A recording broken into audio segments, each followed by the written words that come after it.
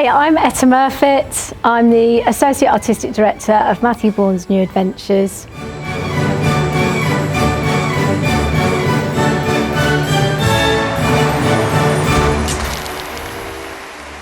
My main job is to restage all our existing repertory, and then I also work alongside Matt when we're doing new creations. Also mentoring young dancers, and part of my job is also to look after the education strand of our company as well. This is now my 8th time of restaging Nutcracker, and it's also the first time I've never performed in it. So in all the other versions of it that have been done, I've performed in it. I was either Clara or Mrs. Dross. And I think every time you come to restaging a piece you know really well, you want it not to be the same, but you sort of know what makes it work and makes it tick. But you have to sometimes put that to one side and recognise you're working with a brand new bunch of people who are going to bring different things to it. As always with New Adventures, we're always a bit of a family, so all of the crew, all of the production team, the dancers, the stage management, everybody that's involved, we've all worked together for a really long time and we all know each other. So there's a shorthand to the way we work. And if it's a pre-existing show, we all dive in.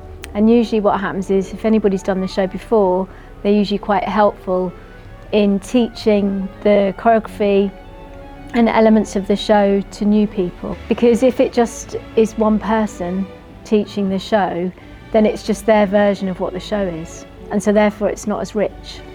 Whereas if you have Ashley Shaw teaching Monique Jonas Sugar, then you're getting her experience of it, but you're also getting what Ashley's experience was from somebody else who taught her, who did the role.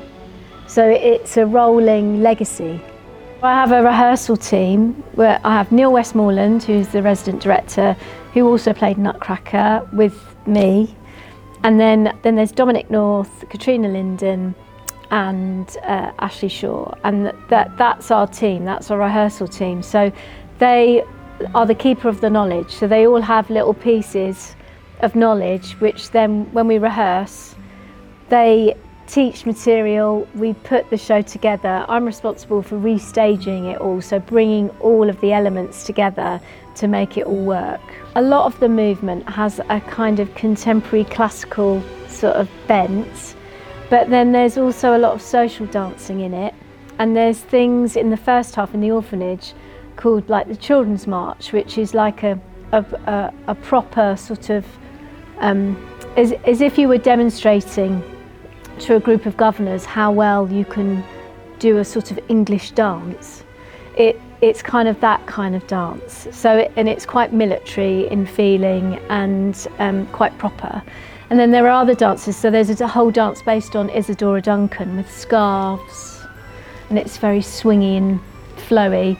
And then there's another dance called the Eurythmics dance, which is all about keep fit and being strong. And so people have dumbbells and skipping ropes and all sorts of things. So there are different styles of dance which help to demonstrate and tell our story. Then there's a lot of social dancing at the very end, some sort of 60s kind of movement, quite grand balletic dancing as well.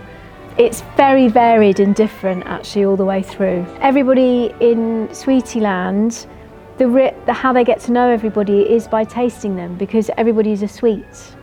So you taste them or they taste you. So the first dance you see is called the licking dance. And basically it's about telling the audience, come and join us. It's really good fun here. We all taste fantastic and we're all having a lovely time. And so the first thing you see is all the sweets on the cake.